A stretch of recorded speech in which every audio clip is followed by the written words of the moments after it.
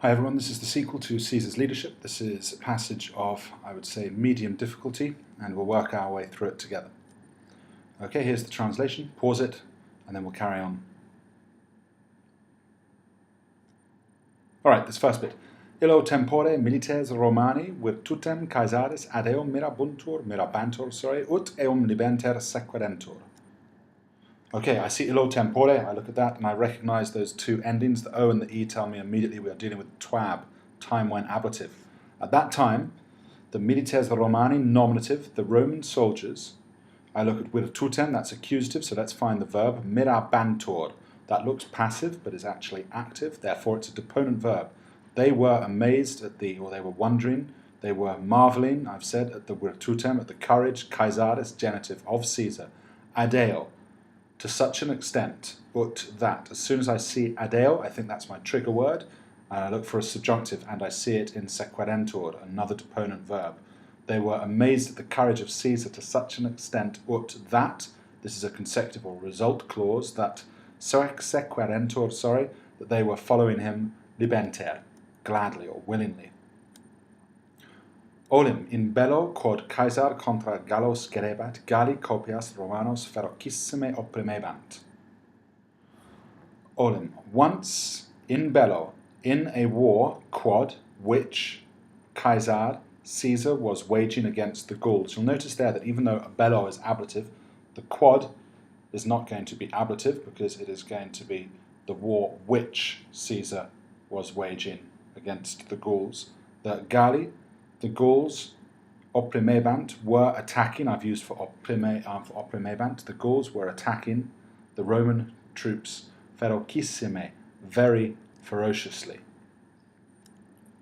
Caesar, cum conspexit nonnulos centuriones occissos esse atque ceteros tam gravibus vulneribus confectos esse, ut armis hostium jam resistere non possent, ipse in primam aciem audacissime procedere ausus est. As I was saying, occasionally in these sentences, if you really need to do it, you can break them down into individual English sentences if you think that makes more sense.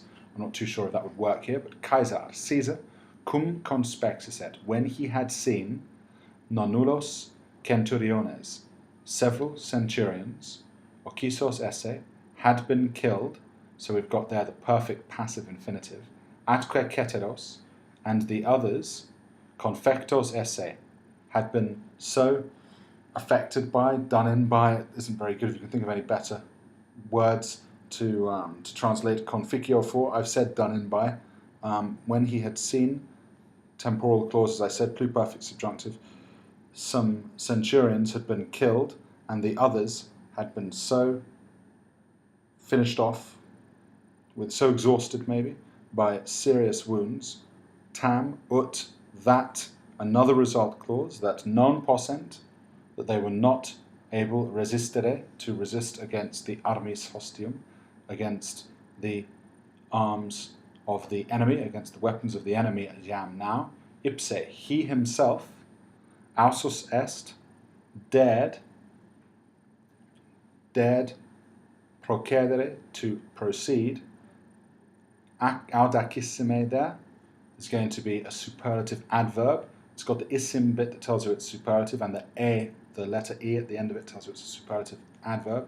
He himself dared to proceed into the, very bravely, the superlative, into the primam aciem, into the front of the line, or into the front line.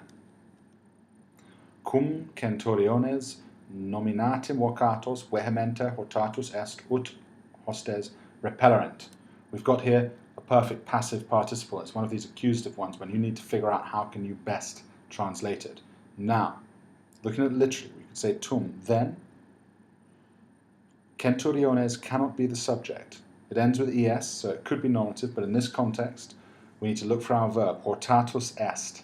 So it's he, it's Caesar. Hortatus est, singular, he. He encouraged the centurions, vocatos, perfect passive participle. Think of the artus, arti, or the artus, arta, artum bit that you have at the end of a verb. It's a verb that looks like an adjective, so it's a participle. It's a perfect passive participle. So it's literally, then he encouraged the having been called by name centurions vehementer passionately. Now that sounds awful, sounds absolutely appalling, so we'll change it around. Then, having called the centurions by name, in an exams unseen, you are able to change it from passive to active if it makes the sentence make a little bit more sense, if it makes it sound better. So then, having called the centurions nominatim by name, hortatus est, he encouraged them vehementer eagerly, ut to repellent, drive back the enemy. He encouraged them to drive back. As soon as I see that verb encouraging, and I see an ut, and I see a subjunctive, I'm thinking to myself, indirect command. He encouraged them to drive back the enemy. Hoc viso, milites antea perteriti nunc fortius pugnare caeperunt. With this having been seen, sounds equally appalling. Let's say, having seen this, milites, the soldiers, antea perteriti, beforehand terrified, but let's say the soldiers previously terrified, nunc, now, caeperunt, began, pugnare, to fight, the infinitive there, fortius. When I see an ius, I think to myself, it is probably going to be a comparative adverb, which of course doesn't decline. So now they began to fight more bravely. Now I began to sing laetius more happily. Now I began to cry tristius more sadly. ius at the end, comparative adverb, probably. Sic Caesar, saepissime legiones vinci paratas vincere docuit. Look at each of these words and think, what could this mean? Balance of the Latin sentence. Sic, thus. Caesar, you see the word sic occasionally when there has been a mistake put in a newspaper or a magazine that has been deliberately made. They're claiming sic, that they did this intentionally, thus. Thus Caesar, thus Caesar, saepissime, very often.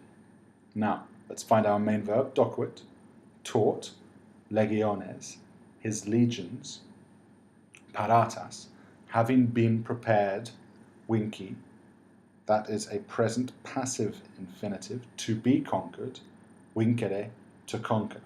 Let's change that so it sounds a little bit better. Thus, Caesar, saepissime, very often, docuit, taught the legions, that, how I've said, that had been prepared, that had been ready, vinci, to be conquered, comma, vincere, to win, to in fact conquer.